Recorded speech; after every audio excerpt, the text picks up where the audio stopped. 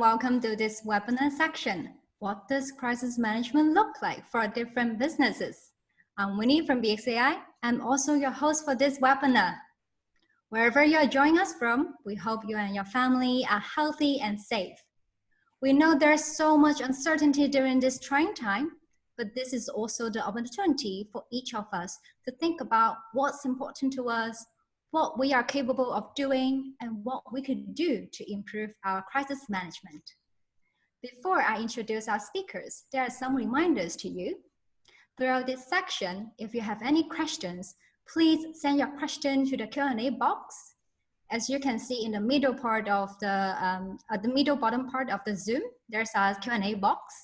Send your question to us and we will invite you to ask in live. We highly recommend you to set your screens in a side-by-side mode, then you can see both the share screen and our speakers. Now, I'm very excited to introduce today's moderator, Ms. Helen Chan.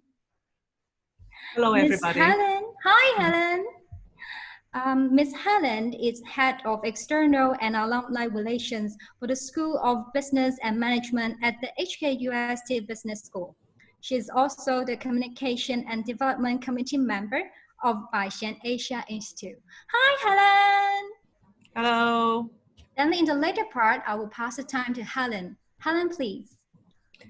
Hi. Good afternoon, everybody.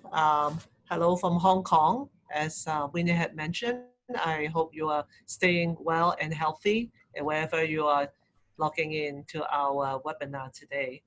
I'd like to, take a moment to introduce myself a little bit. Of course, I have been very privileged to be involved and serve at the BXAI Asia Institute.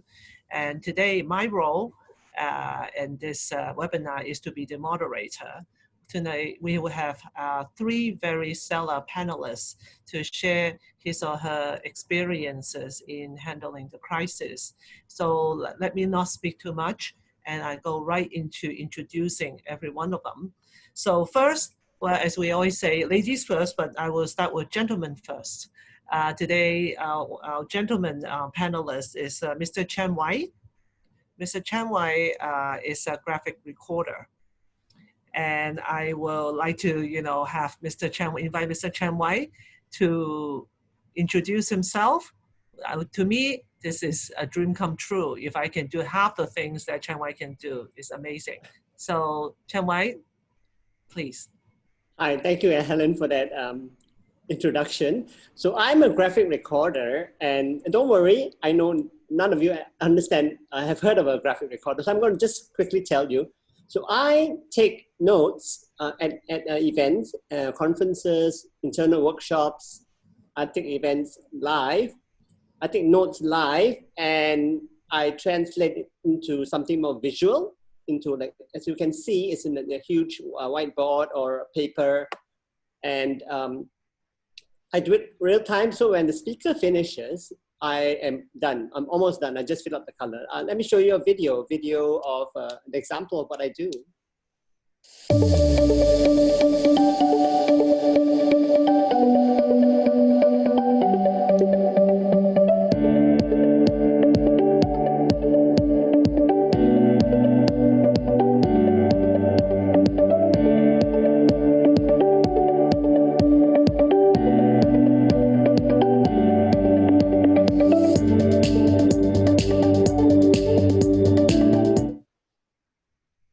So it's not art, it's very challenging, but I love it because I practice learning, I practice listening, and I've been doing this for about 6 years now. And I come from an advertising background. Thank you so much, Chan Wai. That's wonderful.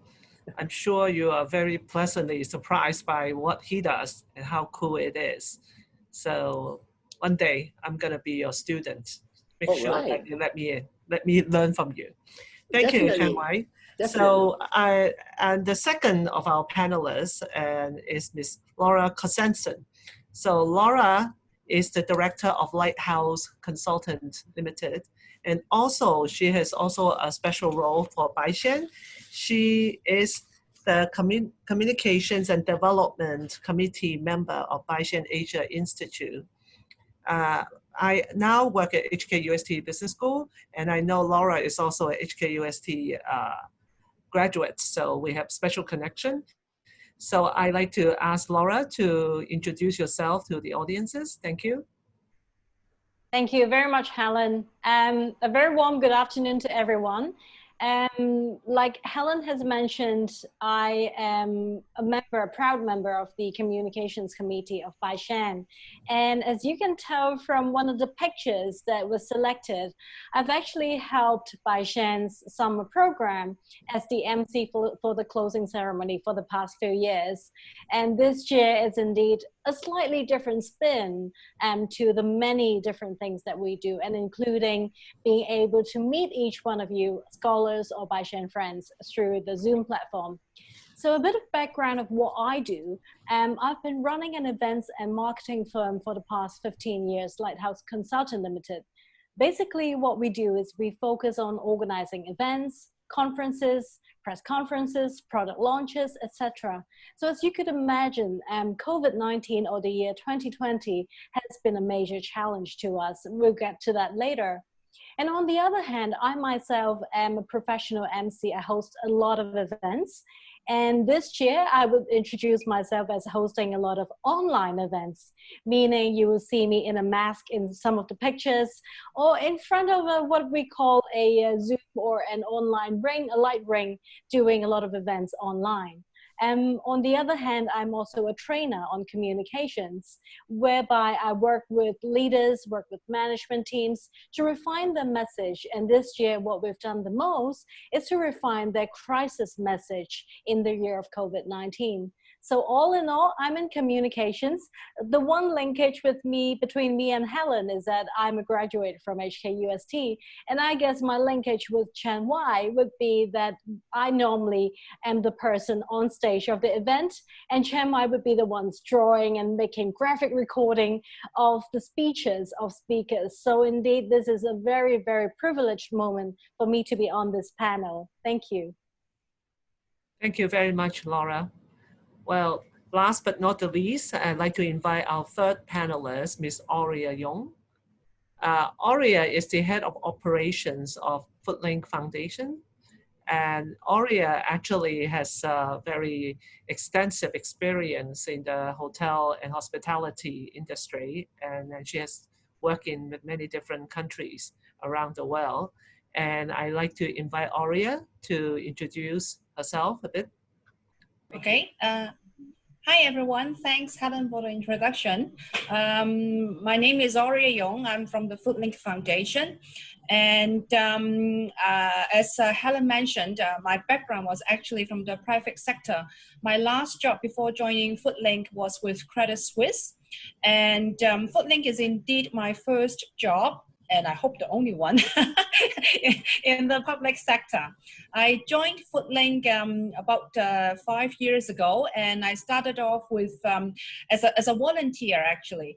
I started off counting coins for them, because I remember that one time they had received 80 donation boxes from different donors, and my job was to actually really counting each penny for them. and now I am overlooking the whole operation. Wonderful. Thank you so much, Aurea. So, without further ado, I'd like to start the ball rolling and start our discussion today. As you know, I think every one of you, one way or the other, has been affected by COVID-19. And I think Hong Kong at this moment, we are also in some level of lockdown, and we've been recommended to work, from home as much as we can. And while the cases have recently, last couple of days, have dropped somewhat, but I think we are not out of the woods yet. So I'm sure wherever you are facing similar situation, and this is a very much a global pandemic. So I'd like to ask our panelists to start the ball rolling, is that what are the significant differences that you have been experiencing before and after this pandemic outbreak? So maybe I will start with, okay, I like to start with gentlemen first as a rule. So Chan Wai, maybe you can start the ball rolling. Yeah, okay. The differences was fantastically great. It was unprecedented as everything else. But for me, the year began quite nicely because I had one or two events, even on before New Year, so I was quite happy. And then we had Chinese New Year, Zika virus, so it didn't really affect us. But in March, there was a big political upheaval in Malaysia. So that was really a sign of wait a minute, I don't think there'll be much jobs coming in because of this uncertainty that we already have with a backdoor government and a lot of political bickering, even on social media, especially on social media. And when the news of the pandemic hit us in April, that was the end, right? That was the finish. Because even in March, I had a workshop that was supposed to happen in KL and was suddenly cancelled. So I knew that something is coming, something big is coming, right? And the pandemic came and boom, zero, and all we could do is stay at home and look at social media, and was terrible, all these complainers and hate messages. And I decided I'm going to avoid it. And I started noticing webinars, right? Free webinars. And I said, wait a minute, maybe I don't have any use for the marker already, right? But I have an iPad, and I've never done work on an iPad before. I mean, I have done minor ones, but not live video graphic recording. So I was a bit scared because I was asked last year, and I said, no, I don't think I want to see my work on screen with all my mistakes, and I shoved it. But I realized in this crisis, events are not going to come back at least for another year. I'm sorry, Laura, I think you think so too, right? And I have no choice. I thought, look, there's so many free webinars. I just practice, right? So that's what I started. I started practicing my digital recording, and I got hooked to it. And I was also fishing for jobs, right? So I'll finish it, I'll send it to them, and they'll come back and say, oh, this is great. How much do you charge? And then I'll tell my price, and I'll never hear from them again. But it's okay, because I made a lot of connections when I was doing this. In digital, a lot of people see it and they connect with me. They say, oh, tell me more about yourself. And I met a lot of friends, which I don't normally do at events, live events. I do. They come and say, oh, this is great. And can I have your card? And I give them my card. I say, bye-bye. And then that was the most I hear from them, right? And it was a real change of perspective for me. Then I've been getting so addicted to webinars. I even covered the Bajan ones, which I can show you. Winnie, you want to show some of the Bajan? Yeah. And this is when I was, I actually covered Bajan for the last 2 years, and I was doing it on paper and pinned it up, and it was nothing like digital, because digital is very colorful because it's done in RGB, right? Red, blue, and green, and everything online is RGB, so it's very bright colors as compared to when I do it on marker and on paper. I have to take a picture, and the rooms, the conference rooms are so dark, and I have to clean it up. So I found a lot of positivity in this, and I could, I didn't have to do it on time. I could finish it in like 15 or half an hour later and send it to them, because there's no real rush. So a lot of learnings that I did when I was doing this, and I had a lot of calls. I also managed to get 2 jobs so far, 2 big jobs. So I'm quite happy with it at the moment. It's working. Not easy. Nothing is easy, I think, in times of crisis. But if you don't try, you don't know, right? So that's basically my story. That's wonderful. Don't you all like his drawings? Thank you. I really like the image of you kind of jump into the ocean of the technology. Yeah, it was a blue ocean for me. Become a more savvy, dealing with technology. I think through the crisis. Can we say that? Yeah. I mean, there were plus and minuses. More plus, I think. I mean, I'm like less carbon footprint. I don't need paper. I don't need markers. It's great. It's great. And I send out JPEGs, and it can be shared throughout the social media. Yeah, well, I think with the power of technology, you do outreach faster and wider, around the world. I think It's true. that part we can certainly say that technology helps. Oh, definitely, So, definitely. Yeah, yeah. well, that's wonderful. So thank you so much, Chan Wai. So now let me go right into the next panelist, Laura. Maybe you can share some of the situation that you've been facing Yeah, due to sure. the crisis facing. Thank you. Well, I think quite similar to Chan Wai, the year began as normal. And, it was events, it was a lot of training, online, wasn't a big thing. I think one of the key differences between before COVID-19 and after COVID-19 is the view of what digital means to the world. For a lot of industries, it used to be physical, in person, and we have to see each other. We have to be able to kind of, touch each other. That's what the real deal is. And digital, a lot of times, is being seen as second grade. It's nice to have. It doesn't really have what it takes, but we'll do it on the side. But with COVID, I think the world has shifted because you don't really have a choice.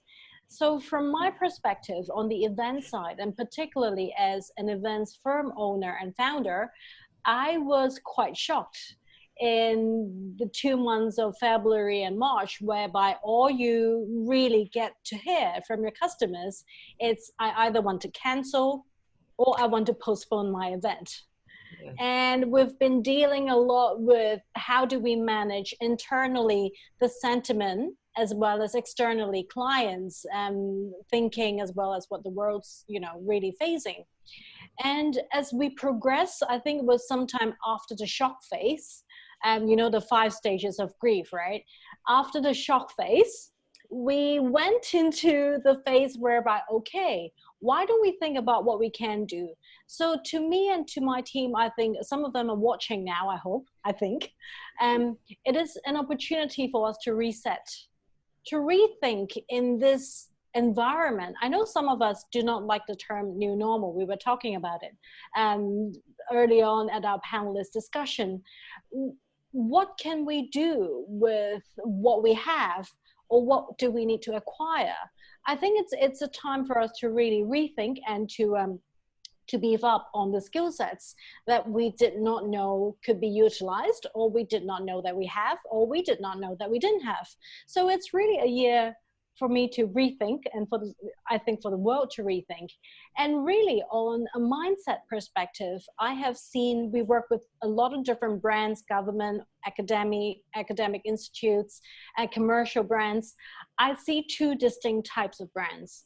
One type are those that react to the situation, meaning it's more an action and reaction. This is coming in and we're doing this. So it's a reaction.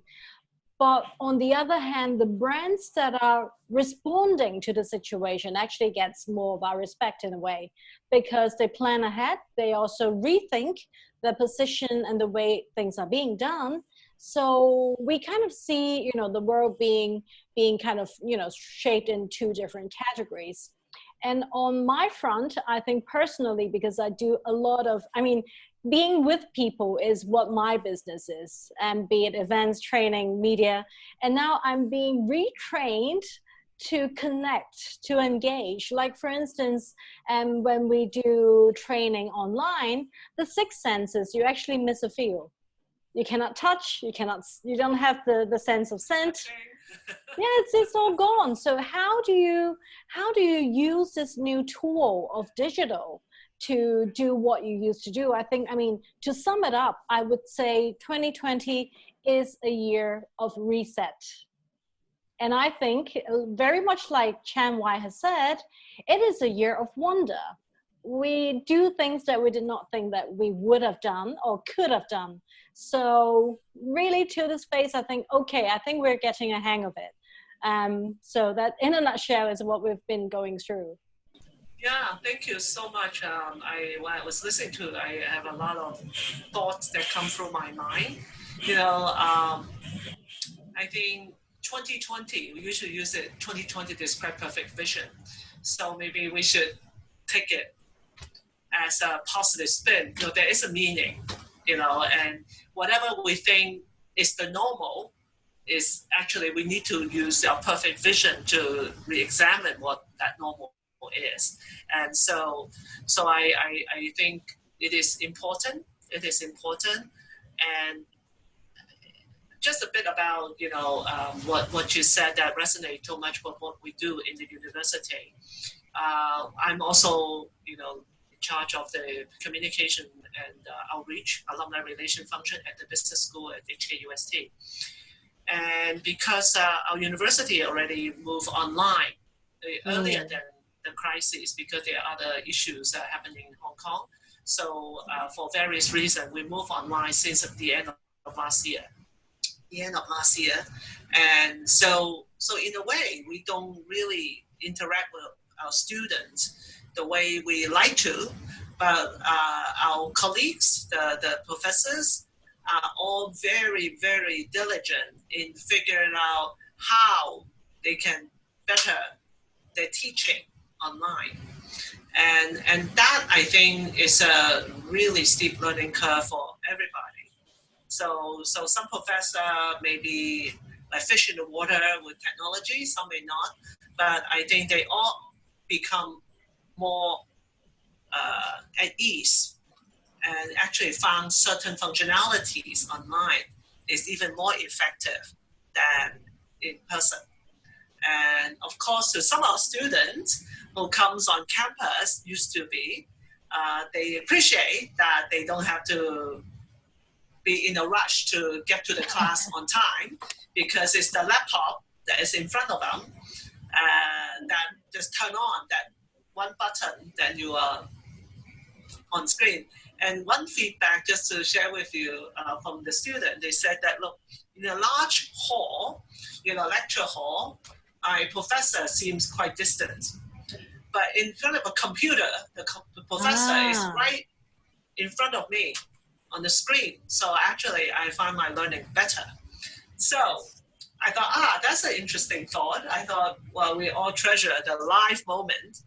But he said, look, I feel much closer to my professor than I would in a lecture hall, just to share with you.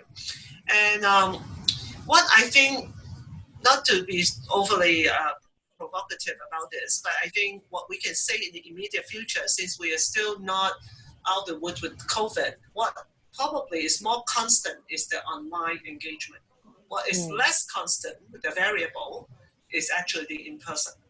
So I think we change our kind of weight of online in-person somewhat. And I think we are learning, we're adapting to this as we speak, as we are doing it right now. Yeah. So thank you so much, Laura, for a very thoughtful exchange. And now let's hear from Aurea about her work dealing with the changes with the communities that she serves. Thank you. Okay. Aurea. Yeah, thanks, Helen. Perhaps before I answer your question, Helen, how about I show the audience a quick video so that the audience can have a better understanding of what FoodLink does during the normal times.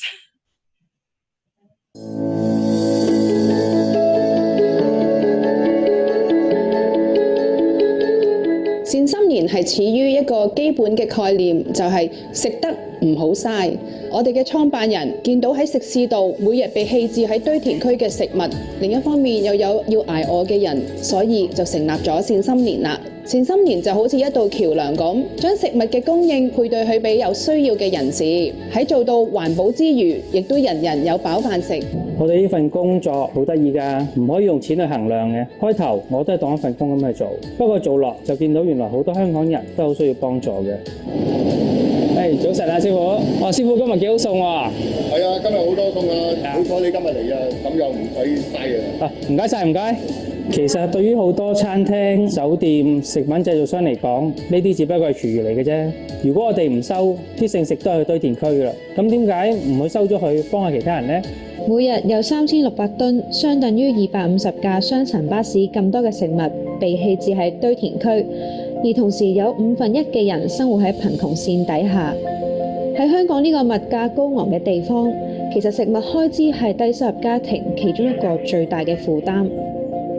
我哋送去嘅食物可以減輕弱勢社群嘅負擔，慳到佢哋買餸嘅錢，其實都幫助好大㗎，幫得幾多得幾多啦。有時拎隻牛扒俾佢哋就會話：哇，今晚咁好餸啊！咁你話幾開心呢？做落就好有滿足感，同埋好有動力。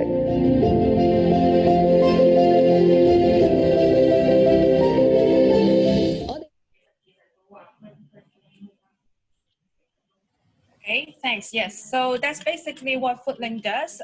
During the normal times, we go to mainly the 5-star hotels, membership clubs, and restaurants, and corporate canteens.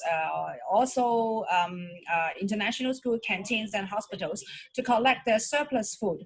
Safe to eat surplus food, and then deliver them to the beneficiary centers so that they can reheat the food to serve to the needy. Before we were hit by COVID, that was a perfect model until the pandemic came. The challenges that we faced with this pandemic are that I think everyone can expect the food donation has decreased by over 50%, and that is before July. And if we count July, I think the drop will be even bigger than that. So not just because a hotel is under the cost pressure to cut food, and also because of food safety issues. And in addition, all the beneficiary organizations have stopped their hot meal services. So the beneficiaries are no longer able to enjoy the meal at the centers anymore. And on top of that, almost 80% of our beneficiary partners, they have to suspend their services.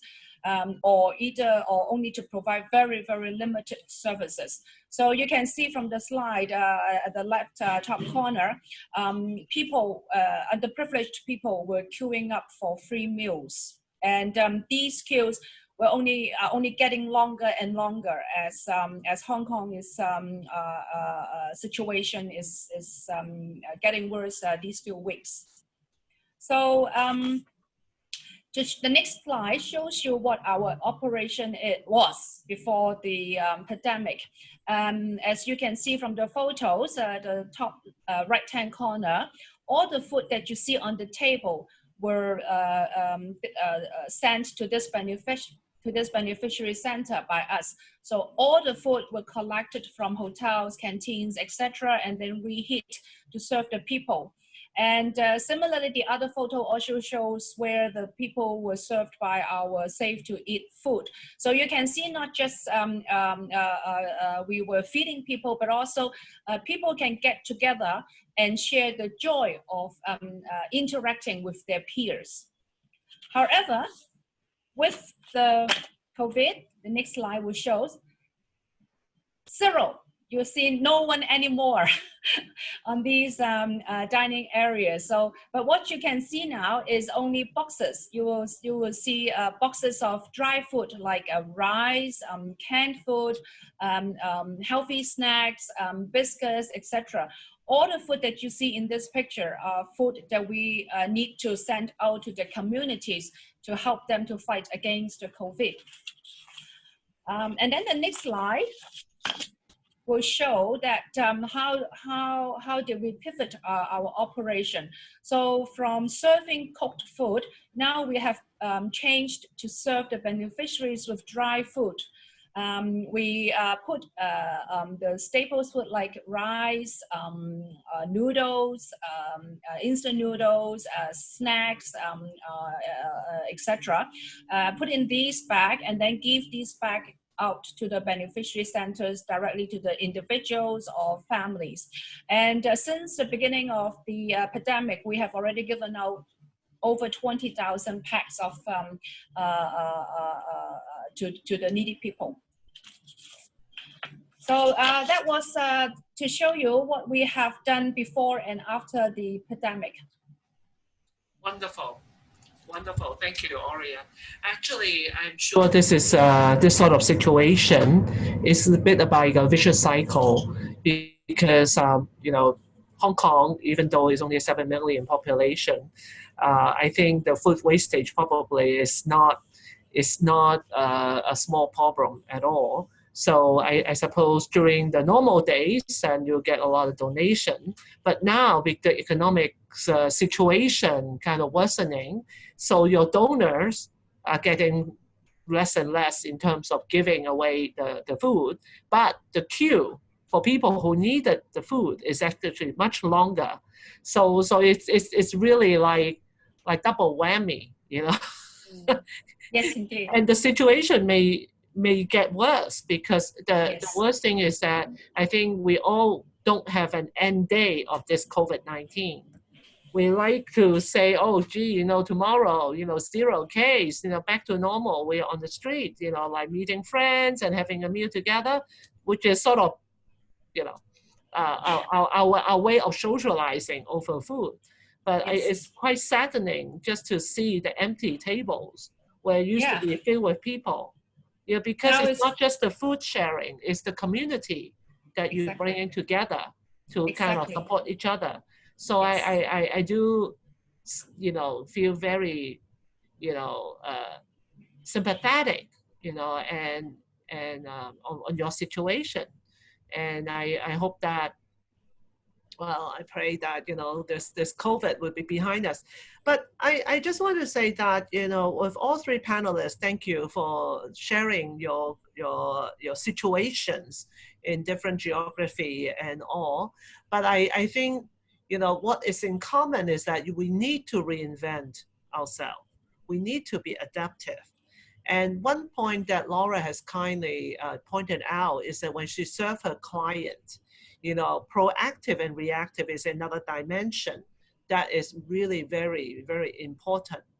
So I do wanted to kind of put it on the floor to welcome your comments in terms of how you proactively plan for your future, because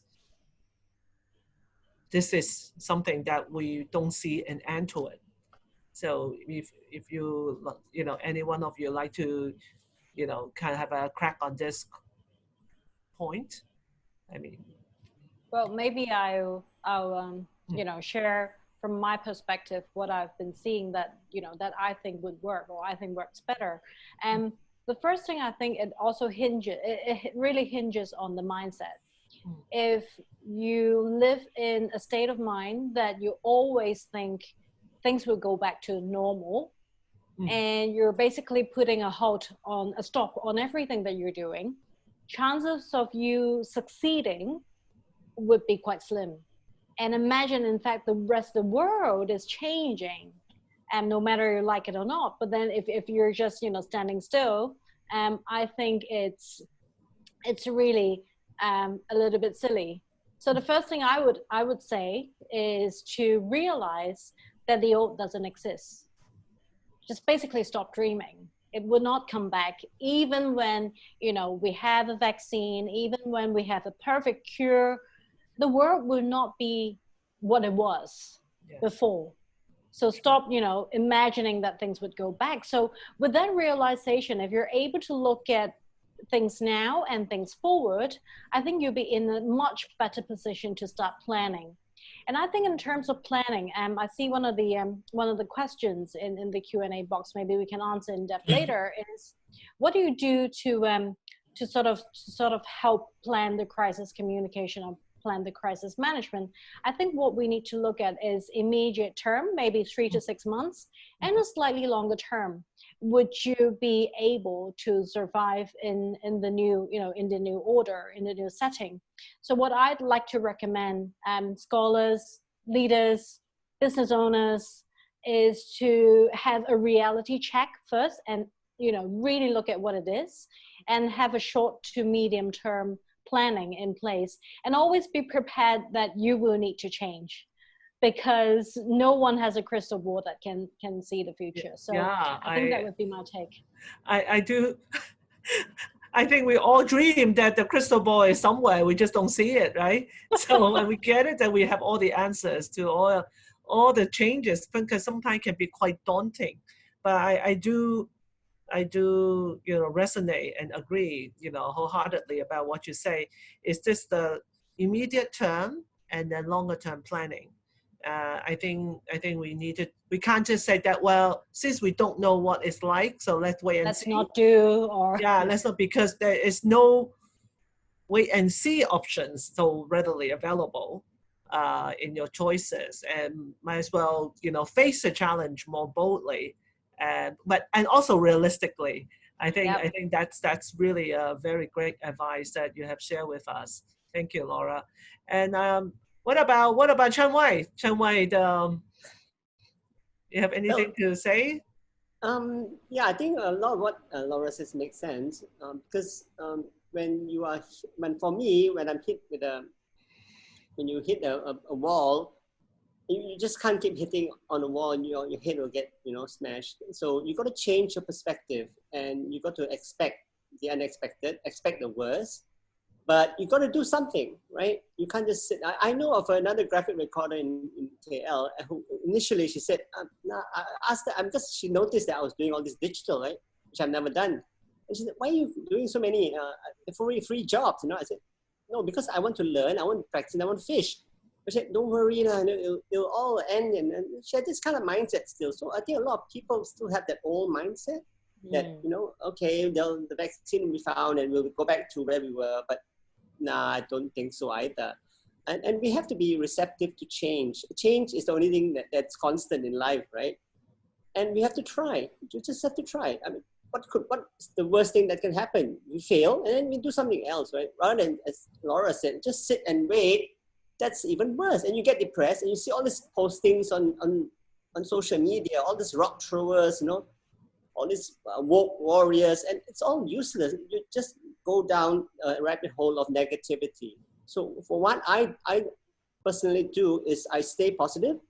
I look for opportunities. I'm very thankful. I don't know what's going to happen in the future. I don't know what jobs I'm going to get in August because I have no idea, but I stay positive.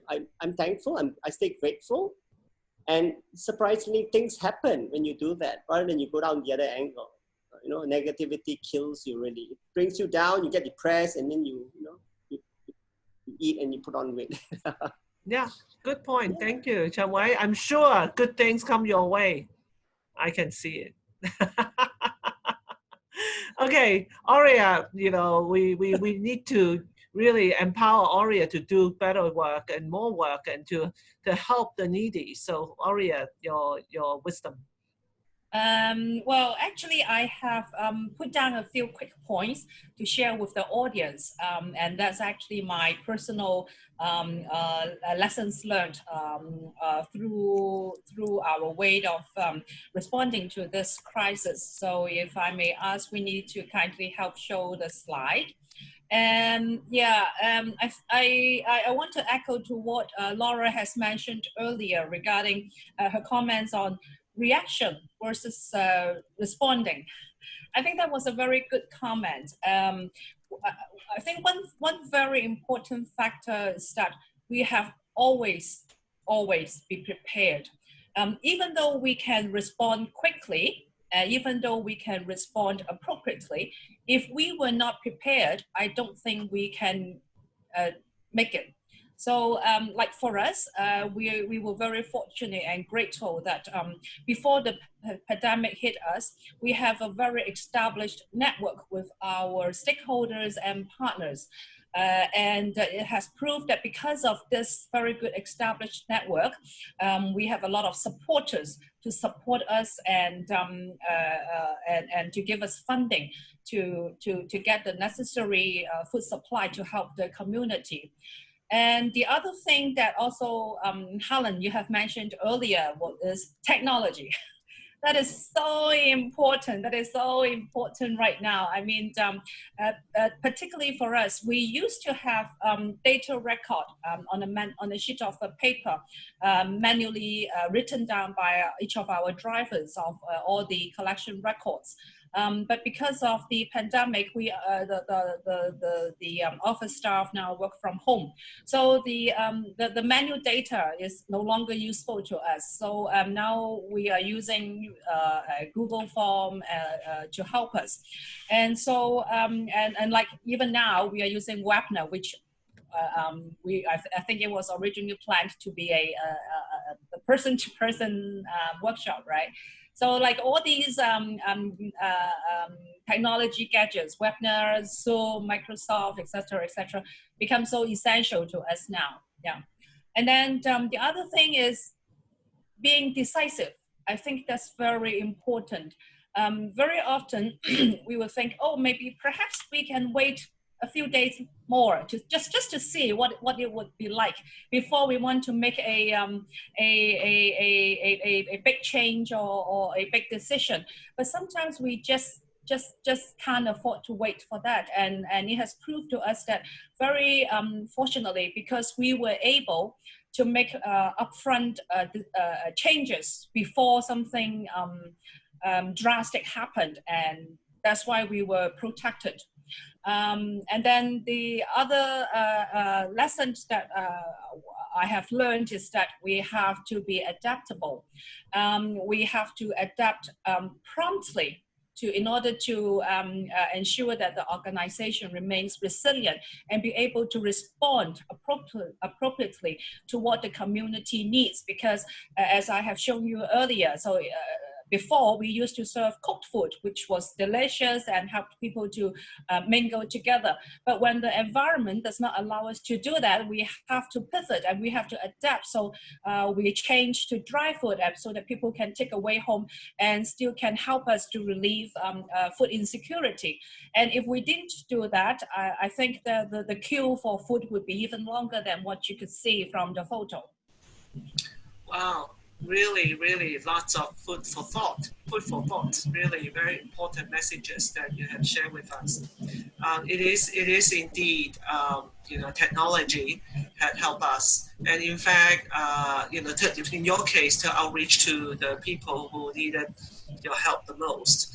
I was just thinking, how we change our behavior quite drastically in the last couple of months, Just one example, I thought it was quite funny. Because our mobility has been impaired somewhat because of the pandemic, and we don't go out, we have things delivered to our our footstep and doorstep and all these things. And, if big country like China, where they adopt this electronic payment method quite extensively. In fact, there's actually a disappearance of cash. So now I just thought that, well, because in Hong Kong, we are not at that level yet. We do have a little bit of electronic payment kind of methodology, but cash is still quite prevalent. Until very recently, I heard from my friends, they say, well, if I have to go down to the bank and to withdraw the cash, actually cash can be very dirty. It's not clean enough.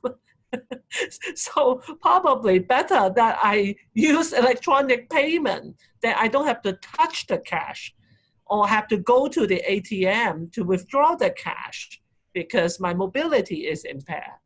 I thought, wow, that's interesting. So cash is considered not sanitary enough. And that because of that, that may change our behavior faster than we think, because there's still a lot of people like, oh, I have no cash in my wallet and I cannot go out. I feel uncomfortable and all these things. Maybe it's okay these days because your behavior changed due to the COVID. Yeah, I think this is just one small example. Yeah, reminds me we say that we're moving into a hygiene economy. Yeah, that's right. So don't touch. Yeah. Touchless. Yeah. So, but also, Hong Kong has a little bit of before I believe the third wave of COVID comes back. I think we have several weeks of sort of celebration in a way, because we are somewhat in lockdown, and then when things are kind of appeared to be under control, we all went out and meet our friends, you know. So we had a couple weeks of celebration, then came back again. So we all learned and said, wow, it's not so easy, you know, to be out the woods. So I think tenacity is really something that is always, you know, ringing in the back of my mind. You can't just think that things will be happy thereafter, because it doesn't seem to be the case. That's really where we are. And I just wanted to, you know, go back to Chan Wai a little bit. You know, when I was discussing with him on the preparation for this webinar, you know, one statement, I mean, just came through my mind is pictures worth more than 1,000 words. So this is Chan Wai. So Chan Wai, show us what that means. Well, yeah, you're right. Because this is not a piece of art that I'm doing. It's for memory retention. It's for discussion. It's like even when the event is over for a year, you can still bring back the recording and discuss. Oh yeah, you said last year that we're going to do this, and then have we done it? You know, so the use is there. So when I started doing digital, I discovered so many new things. So when you move, you discover new things. So what I discovered was I can change the background color, which I can't do on a whiteboard, right? I have to paint the whiteboard. So let me show you some examples of the new Baijan stuff that I covered. And yeah, I could play around with colors, black color, yellow color, and you know, I have learning. Of course, the normal ones are the white colors, and a lot of learnings I think I get from this. I also want to thank Aurea for, you know, she's been very inspirational, because I have also received because she's doing this all you know, on a volunteer basis, and I thought, wow, you know. And I recently received a call from a Vietnamese working in KL. Said, would you like to give training to some underprivileged kids in Vietnam? I said, yeah, why not? And I've never done training online, and I was very afraid of it because of the interaction. There's none, right? I said, never mind, I'll go ahead. And my mind was blown away. There were like 17 students, and they would say, okay, thank you. I'm going to start tomorrow. And I was blown away. And you know, there's so many learnings on doing this online. And I was really blown, because I've taught in real life in training centers in KL for like 3-4 times. And they always, at the end, they always say, oh yeah, it was very nice, fine, thank you, bye-bye, and never heard from them, right? And these people have so much energy to learn. And that really inspired me that, you know, we must always come to a point where we are always hungry to learn. And I'm hungry to learn what online has to bring, you know. It's a new landscape. As Laura says, it will transform to something else. I don't know, but I'm curious, and I'm remaining positive that, you know, it'll be for good, right? So the old stuff is it's a past, right? We don't want to go back, right? Actually, yeah. So that's my answer. Great, thank you. So I think another very important word that come out from your mouth is we have to be curious. So that's really your motivation to keep exploring, improving, and all. So I think this is really a wonderful, you know, message to our audiences. So I wanted to, thank you so much, all three of you, for sharing your situation. And I wanted to, open the floor to questions from the audiences. So maybe, this is Chan Wai's drawing. Maybe we should show that on the Q&A. I like my image here, actually. I like myself. You and I are the only one wearing glasses, okay? Thanks, Helen. Thank you. So, yeah, and we do have received some questions before in advance. So let me just share one question from our Baixian friend. The first question is, in terms of, actually this question is to all speakers. In terms of course management, what sector would you first cut first under this pandemic?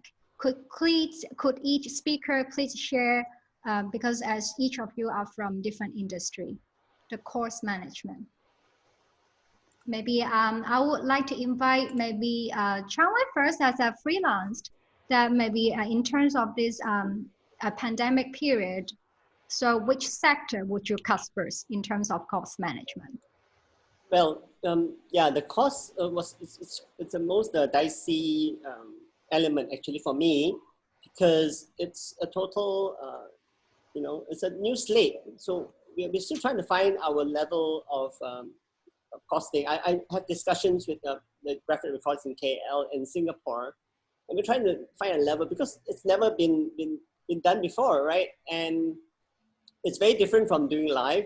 We can't charge the same way because now like webinars are on an hourly basis or 1 or 2 hours max, and we have to still figure out. So cost, yeah, it's still a very challenging thing, and we find you know, you have to just try and see whether it's the acceptance level. But the 2 jobs that I had, they seem to be okay with the cost. So, but it was a lot of work with you know, and the cost was just nice just to pay my bills, you know, for March and April. I was just happy, you know. I didn't complain. Don't complain, you know. Just be happy. Just be grateful for what you have, right? And for me, actually, money isn't everything, you know. So I will do some for free for friends, for people who need, like the Vietnamese, right? I'm sure they couldn't afford because it was a charity organization in Ho Chi Minh called Saigon Children. And they'll ask how much. I said, never mind, I'll just do it, right? Because sometimes cost isn't everything. You know, the mere things that you get back, it's more valuable than money, you know. So that's me. I'm very strange in that sense. So if you come and say, I'm a startup, I need help. Can you help? I can't afford you. I said, okay, I'll go ahead, right? So I base on relationships rather than costs. Yeah, but it's important because we all have to pay bills, right? We have to eat, right? Yeah. Thanks, Chan Wai. Then how about maybe I would like to know about how about from the NGO perspective? Aurea, could you please share? Okay, I think as an NGO is a bit different from the private sector. We don't have that many unnecessary expenses that we can cut. But given that now most of the time we work from home, so we save some expenses from like administration, like office utilities, also maintenance and like office supplies. So that saves us quite a bit too. And other than that, the other category is annual leave. So we suggest staff to take annual leave if they would like to. And I also know that a lot of our hotel partners, they are doing the same thing. And as a matter of fact, quite a number of our partners are already asking their staff to take annual leave of next year. Mm-hmm. Yeah, so that's how we do it. Thanks. Then how about from a private sector? Laura, could you please share some, please? Well, thank you, Winnie. In terms of costing, right, I think there are two parts. One that's, you know, happening naturally, which is the travel expenses, flight, lodging. You know, with very limited travel, basically you don't have to spend. So that's really what's, you know, being affected by the market. But then there are expenses that you have to make cuts yourself, and for us the first is entertainment for the team, you know, less lunches, less get-togethers, etc. And the second is the minute we realize that this is going to be a slightly longer than expected situation, we sat down with the team to look at different expenses. And one of the things that we looked at would be the day-to-day expenses. Can we ask our landlord to give us a sort of like a discount on the rent? And thank goodness we were very lucky. Our landlord has agreed to a certain level of rent cut, whether or not in terms of the stationary expenses, recall the Xerox machine, etc. So we basically looked at the entire expense of the company and sat down to say, you know, which would work, which wouldn't work. I would also add that in echo with what Aurea said, is that when we look at staff expenses, we have been very lucky. We have not yet had to let anyone go. but we would be encouraging our team members to take their annual leaves. And in the height of the situation when it was really bad back in March and April, we had to take no pay leaves. But I'd also like to add on that point, there are also areas where we spend more than before. So there are cost cuttings, but there are also costs that, you know, that we would proactively invest in. For example, technology. We have commissioned quite a few different types of online platforms and different devices, machines, etc., to enable us to better answer to the current state of doing events. So there are cost cutting. In order to maintain, to survive. I remember in your last slide, Aurea, you had, we are not just here to survive, but we want to come back stronger. So I think it's both ways. We should not just be looking at what we cut, but we also should be looking at what we're investing. Thank you, Laura. And also we have received a question from our scholar, June, and he would like to ask in live. So June, could you please unmute yourself? And before you ask your question, could you please share which university or which city you're from? Oh, no. Hi everyone. I am June and I'm from Singapore. And I've been a big fan of Mr. Chan Wai's work. So I would like to direct my question to him. Like in his talk, he mentioned that, you know, you've been addicted to doing digital graphic recording. And so I sense that this kind of change in mindset and preference is sort of permanent. So in this case, how would you think it will then impact on the way you take on physical events when they're back? Yeah, thank you. Oh, thank you, Jude. That's a tough one because one, we don't know when the events will be back, right? But if they come back, as Laura said, they may be different. We could offer our digital services. I mean, I'll be more comfortable offering the digital services, you know, above, you know, using markers and paper, you know, all that carbon footprint. Also, we can give, I can now tell you the benefits of doing digital, right? And it's, for me, it's just a switch. It's just a tool, right? So I can easily switch back to markers. I hope. I haven't done it for like 4 months, 5 months. Or I lost count. But if events come back, I think I can still do it. It's like riding a bicycle, right? I think I can still do live, not a problem. But I would prefer digital. I don't know about Laura, about her views on events coming back and what to expect. I'm not sure whether we have engaged graphic recorders on your events, and would you do it, you know, if we had done that, and would you do it when the events come back? And even in Malaysia, yeah. Absolutely agree. I mean, like what you're saying, even if and when event comes back, it would be very different. I would imagine the proportion of investment in a physical event and the proportion on digital would be drastically different from before. In fact, I think it was back in 2012 that we started to engage a graphic recorder in some of our international events. I haven't yet met you yet, but then what I'd like to say is, in fact, in the digital age, I was being told that people like visuals more than they like words. Oh, definitely. So say that you have a great opportunity because people are, you know, moving into a visual sort of stimulus being the main thing that they would be captured by. So regardless of physical or digital, I think graphic recording has a future in this part of the world, at least. Thank you. Yeah, it's true. I mean, short information, visual, it's the trend now, right? I mean, it's a trend for quite a while. Actually, it's not the new normal. It's the normal, right? Yep. Yeah, that's why Twitter is so famous. I mean, you know, so TikTok and stuff like that. It's very short, but it's entertaining, and you just get it, right? Yeah. Thank you. Thank you. We have another question from our scholar, Ashley, and I will help to unmute you. Could you please ask in live, please? Hi, can you guys hear me? Yeah. Yep. Okay, hi everyone. I'm Ashley from Singapore as well. I'm a Yenching scholar at Peking University, and I have two questions for everyone actually. So feel free to answer them if you want to.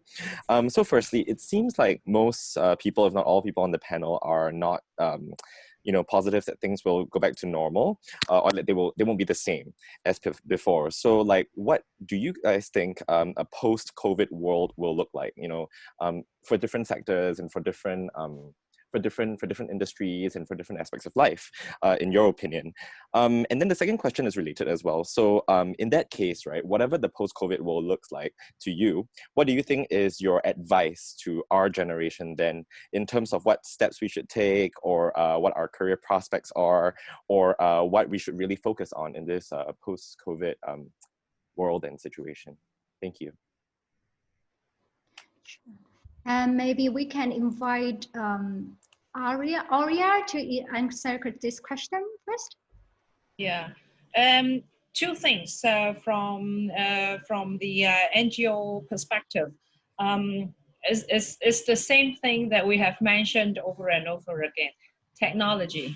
I can't emphasize more than that how important it is to help us to survive, whether this crisis or to be prepared for another wave of crisis. We got to be prepared and equipped ourselves and be prepared for virtual anything going forward. The other thing is, I think it's very important that we have to think of our capability to strengthen ourselves and to make sure that we are well equipped, that we are strong enough to fight for another crisis if it ever came, whether it's the same one or a worse one or a less or even a lighter one. But make sure that we have to be strong enough to fight another war. Thank you. Then maybe how about from a private sector's perspective? May I invite Laura to share some of her views, please? Yeah, sure. Thank you, Winnie. First of all, I think what I would expect to see in what we call a post-COVID world is that the definition of professionalism would have an added layer, and that is called agility. You have to be agile to be a leader in the post-COVID world. Meaning, we used to think that, a lot of times we'd be studying for one profession, right? We would be deep diving into a certain knowledge. We think that with what we learn, we can basically survive for the rest of our career. And I think COVID has made us realize that yes, you have a profession, but then you have to remain agile in a way that you have to be able to adapt and learn. So what I'd recommend with this post-COVID potential added layer of leadership credentials is that we need to be able to embrace experiments. Like what the rest of the panel are talking about, what's a possibility? Chan Wai was saying, what's the worst that can happen? So if you are in a certain profession, you have the knowledge, but then are you able then to still be open to experiments, trying new things, new ideas? So that's one, I think, on a professional front, and that would be quite important. And on another layer, I think what this pandemic has made me realize is that the factor of empathy has been so important in all areas of lives, like in our business, in the industry, in our personal life, with our friends, etc. So instead of being really good at what you're doing, you need to also be good at knowing what other people around you need, because I firmly believe that the post-COVID world, there will be a lot of discussions about, this is me and that is you, and this is our country, that's your area. But then if you're a future leader, I think if you're able to practice more empathy, you'll be able to bridge different necessities, different needs, different challenges, and be able to create a new world. And I think if we can see that in BXAI scholars, I would be so happy, because it's very much like why we're here, the bridge across cultures. And now with post-COVID, we're going to see a new culture in the world. Are we able to, through our agility and through our empathy, be able to bridge that culture? So that would be, that would be something that I would hope to see in future leaders. Thank you, Laura. And we have got the last question from our friend who is from Peking University. Xin Xiang, could you please unmute yourself and ask in live, please? Hey everyone, can you hear me? Yeah. Yes. Yeah, thank you so much for the insights. I think they're very, very great. So I'm incoming scholar like Ashley to the Yanqing Academy. And right now I'm in investment banking, okay? And one thing that I've seen with some of the companies is that they're very illiquid. They didn't have emergency funds, you see? So when COVID hit them up, they have nothing, there's no money coming in. So they're rushing for loans, and loans are very expensive right now. So I wanted to know your take on the power of having emergency funds, whether COVID is going to come again or something like this, or something strange. But what's the power of emergency funds? Well, I think you're talking about emergency fund, perhaps, from the government?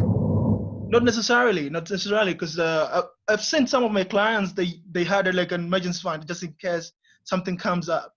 But I'm speaking about companies where they can have emergency funds in terms of diversification, like maybe they have somewhere else where they can put their money for emergency. This is the kind of thing that I'm speaking about, not necessarily from the government.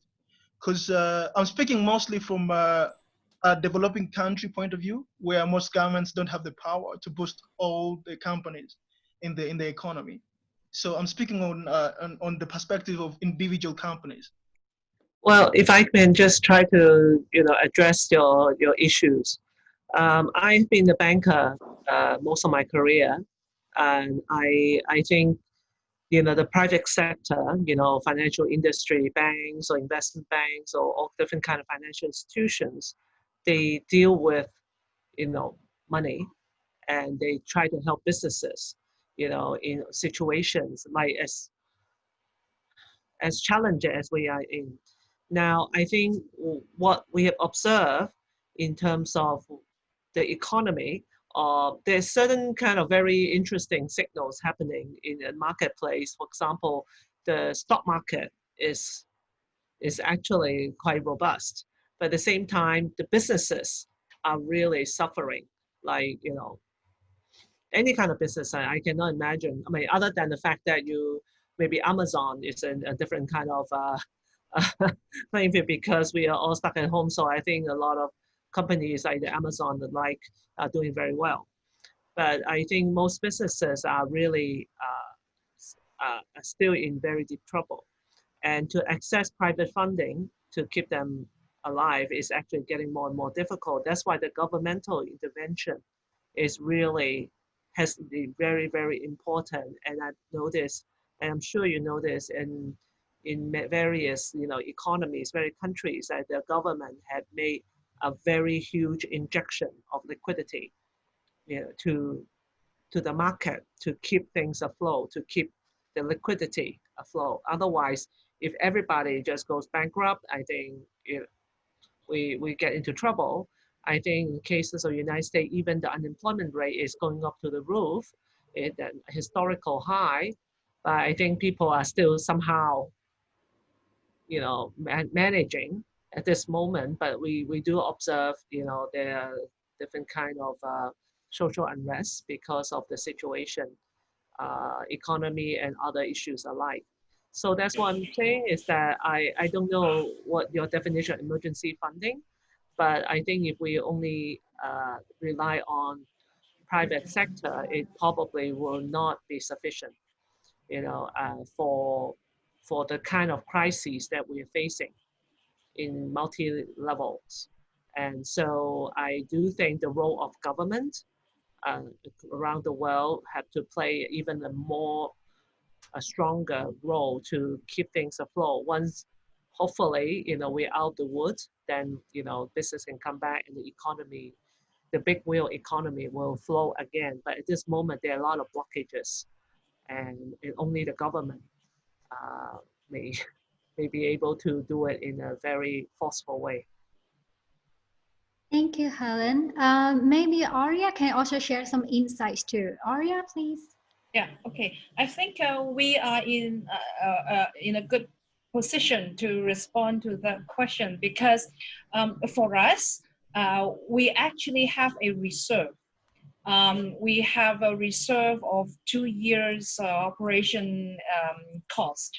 As a matter of fact, before the pandemic hit us, that used to be our biggest challenge when we ask for funding. Because when people see that we have a reserve, they will say, "Oh, you have a reserve, so you have money. So that means you don't need our money right away." So we have other organizations which have a higher priority than you then. So I think we have at least faced 70% of the failures because of our reserve, as a matter of fact. However, that scene completely changed with this pandemic because now it proved that this reserve is so essential to us because not just individuals, whether it's individuals or corporate or foundations, they have changed their way of donations to charities. And so now the reserve has helped us a lot to ride through this pandemic. So to answer that question, yes, a reserve is extremely important, whether for a NGO or for a private sector. And this is to prepare yourself when the next crisis comes. Thank you, Aurea. And also, Chan Wai, maybe you would like to share it from your personal perspective? Yes, I think what the other two panelists have shared is very, very clear, relying on government funding and whatever. But on a personal basis, for me, I think the scholars, you guys and gals are very fortunate because once you get your first job, right? I really, really, really encourage you to start saving. It's all about financial planning so that you can ride any crisis. For me, I've kept myself debt-free for at least 7 years now. That's why I went freelance, because I was debt-free. I didn't have any payments, so I was brave enough to do something. Something I had no idea what's going to happen, but because I had finances ready. So for you guys and gals, start saving even when you get your first job. One important thing is you have to think of two things, right? And ask yourself two questions when you are faced with something you want to buy. Is, do I need it or do I want it? I have a 9.5-inch iPad and I want a 12.9-inch iPad, right? But I ask myself, do I need it? Not really. I can still work. I've been doing about 100 over digital scribes on my little 9-inch iPad, and of course I want a new car. I want a new iPad, but sometimes it's wise to start saving and ask yourself those questions and prepare for the pandemic is not going to be the last. There'll be other crises that's coming. It could be anything, recession and everything. But when you're young, start young, please. That's my advice. Well, actually, this is very golden advice. I have to say that if you live on debt, on credit, you will never be out of the woods. So it's better to build up your own equity and reserve and savings, because that will take you a long way. Yeah. You don't have to worry about government. Is government going to help me? Is this? Government is to keep the economy going. But I think on a personal basis, I think it's very important to stay as debt-free as possible. Yeah. Correct. Yeah. I'd just like to add, I mean, on top of the money side, which, we have a great few sharings, what is your value as a person? for the business world, for your friends, for your family. I think that you kind of have to save up as well. You can't, you can't expect that you'll be able to use everything that you've learned for the rest of your life. So I think being a learner for life, which is what BXAI also stands for, I think, is extremely important. But yeah, I totally echo what Chan Wai said. If you could become debt-free on a monetary front, then possibly you can look at how do you build yourself as a person of value as well. Thank you, Laura. We have got so many questions, but we have the limit of time. So in the final one, could each speaker maybe give one advice for our BXAI scholar, maybe to encourage them that what they need to need to stay positive when they face challenge in future. Maybe I would like to invite Laura, please. Yeah, sure. I think you have a great platform, which is the BXAI platform. And especially in times of challenge, try to be as connected as possible with scholars from around the world, because when you are able to put yourself in others' position and to see what's happening in different parts of the world, in different industries, in different focus and concentration, then you'd be able to see from a global perspective what your value is and what you're able to add on. So do utilize, even though you're not, be able to meet up for the summer, but utilize as much as possible the network, the platform that's been given. And I am sure that you will be surprised by the power of it. Thanks, Laura. May I invite Aurea, please? I would say be confident of yourself, and believe in yourself. No matter how big the challenges, just believe that you will be able to get out of it.